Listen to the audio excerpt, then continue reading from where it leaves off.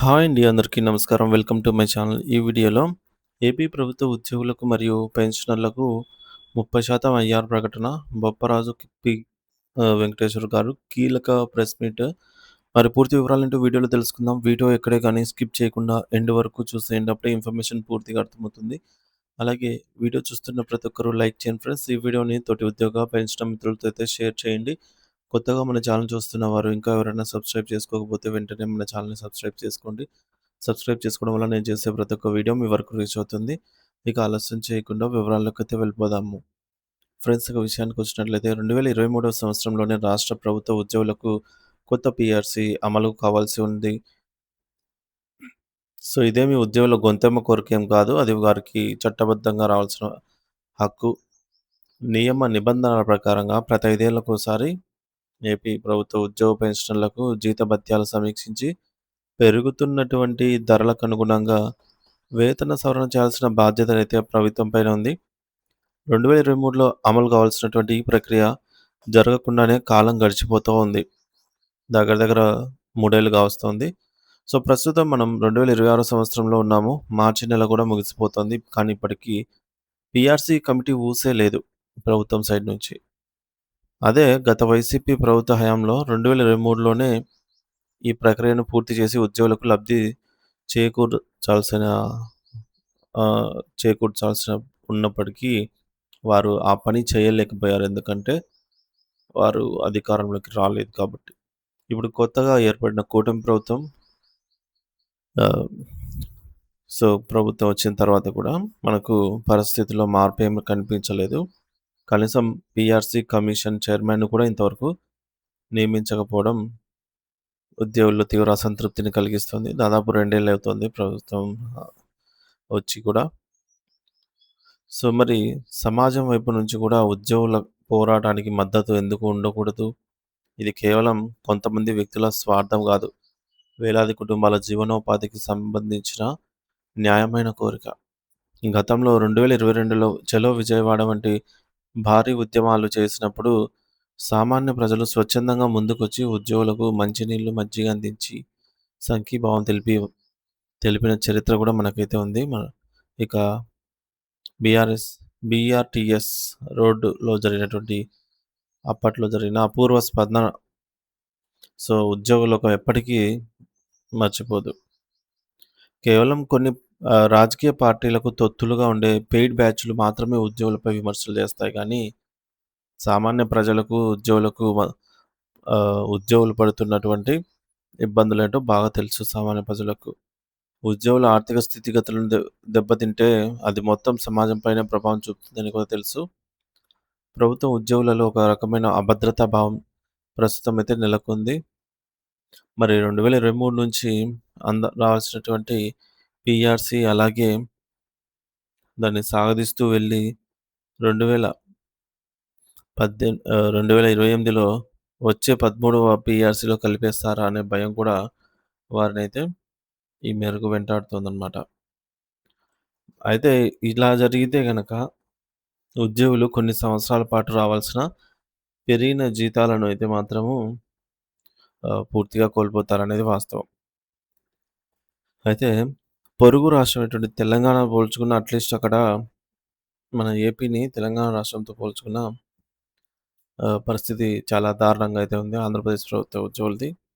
ఎందుకంటే తెలంగాణలో గూడా అక్టోబర్ 2023 నుంచి ఉద్యోగులకు 5% ఐఆర్‌నైతే మధ్యంతర భృతి ఇస్తూ ఉన్నారు. అక్టోబర్ నుంచే అన్నమాట. యాక్చువల్‌గా జూలై నుంచి పీఆర్సీ అనేది ఇంప్లిమెంట్ కావాల్సింది. వెంటనే అక్టోబర్ నుంచి 5% అన్నా ఏదో ఐఆర్ ఇస్తూ వస్తూ ఉన్నారు. దీనివల్ల అక్కడి సామాన్య ఉద్యోగి కూడా మనకంటే నెలకు కనీసం 15,000-20,000 వరకు అదనపు జీతాన్నయితే పొందగలుగుతున్నారు. కానీ మన రాష్ట్రంలో ఐఆర్ గురించి కనీసం చర్చ కూడా జరగకపోవడం అనేది చాలా శోచనీయం. ఒకవైపు పీఆర్సీ కాలపరిమితి దాటిపోతూ ఉంటే, మరోవైపు బకాయిల సమస్య పెనుభూతంలాగా తయారైంది. ప్రస్తుతం ఉద్యోగులకు 4 డీఏలైతే పెండింగ్‌లో ఉన్నాయి. ఈ కొత్త ప్రభుత్వం వచ్చిన తర్వాత కేవలం ఒక్క డీఏ మాత్రమే మంజూరు చేసిందనమాట. సో, మొత్తానికి పెరిగిన నిత్యావసర ధరలతో సామాన్య ఉద్యోగి కుటుంబం ఎలా గడుస్తోందో ప్రభుత్వం ఆలోచించాలి. మరి ముఖ్యంగా పోలీసుల పరిస్థితి వర్ణనాతీతం. 24 గంటల పాటు విధి నిర్వహణలో ఉంటూ పండుగలు, పబ్బాలు లేకుండా పనిచేసే పోలీసులకు ఏడాదికి 3 సార్లు ఇచ్చే సరెండర్ లీవ్ నగదు వారి ఆర్థిక అవసరాలకు ఎంతో తోడ్పడేది. కానీ గత 4 సంవత్సరాలుగా ఈ సరెండర్ లీవ్ బకాయిలు దాదాపు రూ. 7,00,00,000కు చేరుకున్నాయి. వారి కష్టార్జితాన్ని వారికివ్వకుండా ఇన్ని వేల కోట్లు పెండింగ్‌లో పెట్టడం ఎంతవరకు సమంజసం అనేది ప్రభుత్వం ఒకసారి ఆలోచించాలి.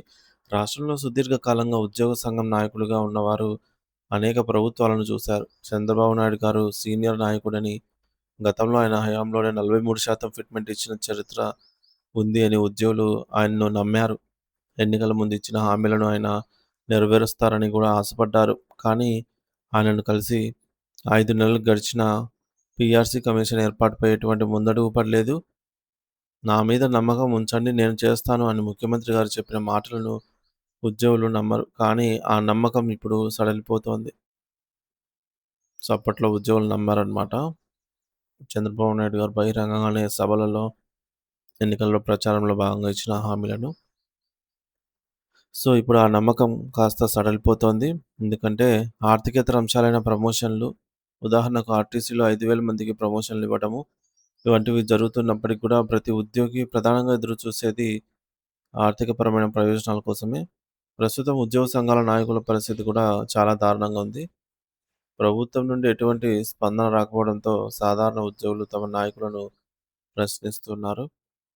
సో, మీరు ప్రభుత్వంతో కుమ్మక్కయ్యారా? లేదా మీరెందుకు గట్టిగా అడగలేకపోతున్నారనే విమర్శలు కూడా సహజంగానే వస్తూ ఉన్నాయి. ఇలాంటి పరిస్థితుల్లో ముఖ్యమంత్రి గారు తక్షణమే స్పందించాలి. రాష్ట్ర అభివృద్ధిలో కీలక పాత్ర పోషించిన లక్షలాది మంది ఉద్యోగులు, పెన్షనర్లు ఈ కూటమి ప్రభుత్వం రావడంలో కీలక పాత్ర పోషించారు. వారి నమ్మకాన్ని వమ్ము చేయకుండా ఈ పండుగలోపే అంటే మరో 2, 3 రోజుల్లోనే పీఆర్సీ కమిషన్ చైర్మన్‌ని నియమించాలి. ఒక అధికారి పేరును ప్రకటించడం అనేది ప్రభుత్వానికి ఏం పెద్ద కష్టమైన పనేం కాదు. తత్సారం చేసే కొద్దీ అనుమానాలు పెరిగి పెద్దవవుతాయి. ప్రభుత్వం వెంటనే ఉద్యోగ సంఘాలను చర్చలకు పిలిపించి తక్షణ ఉపశమనం కింద ఐఆర్ ప్రకటించాలి. ఇలా చేస్తేనే 3 ఏళ్లుగా ఉద్యోగులు కోల్పోయిన ఆర్థిక బెనిఫిట్స్ కొంతైనా వారికి అందుతాయి. తెలంగాణ ఉద్యోగులతో పోల్చుకున్నప్పుడు కలుగుతున్న ఆవేదనను తగ్గించాల్సిన బాధ్యత ఏపీ ప్రభుత్వం పైనే ఉంది. ఉద్యోగుల దగ్గర ఇక ఏమాత్రం సహనం లేదు. వారు నిగ్రహంతో ఉన్నంత వరకు నాయకులుగా మేము వారికి సపోర్ట్ చేస్తాము. కానీ వారిలో వ్యతిరేకత హద్దులు దాటినప్పుడు వారి అనివార్యంగా మళ్ళీ రోడ్ల మీదకొచ్చి ఉద్యమించాల్సిన పరిస్థితి వస్తుంది అని చెప్పేసి సంఘ నాయకులు చెప్తున్నారు. అటువంటి తీవ్రమైన పరిస్థితులు రాకముందే ప్రభుత్వం పెద్ద మనసుతో ఆలోచించి ఉద్యోగుల సమస్యలను పరిష్కరిస్తుంది అనైతే ఉద్యోగ సంఘాలు ఆశిస్తున్నాయి. ప్రభుత్వంపై ఉన్న పాత నమ్మకాన్ని నిలబెట్టుకోవాల్సిన సమయం ఇది. మనందరి కష్టానికి తగిన ప్రతిఫలం దక్కాలని ఉద్యోగులం అందరూ కూడా ఐక్యంగా ఉండి మన హక్కులను సాధించుకుందాం అని చెప్పేసి బొప్పరాజు వెంకటేశ్వర గారు కీలక ప్రెస్ మీట్ అయితే ఇచ్చారు. సో, మీకు ఈ పరిస్థితిపై ఉన్న అభిప్రాయాన్ని తప్పకుండా కామెంట్ ద్వారా తెలియజేయండి. Thank you for watching this video.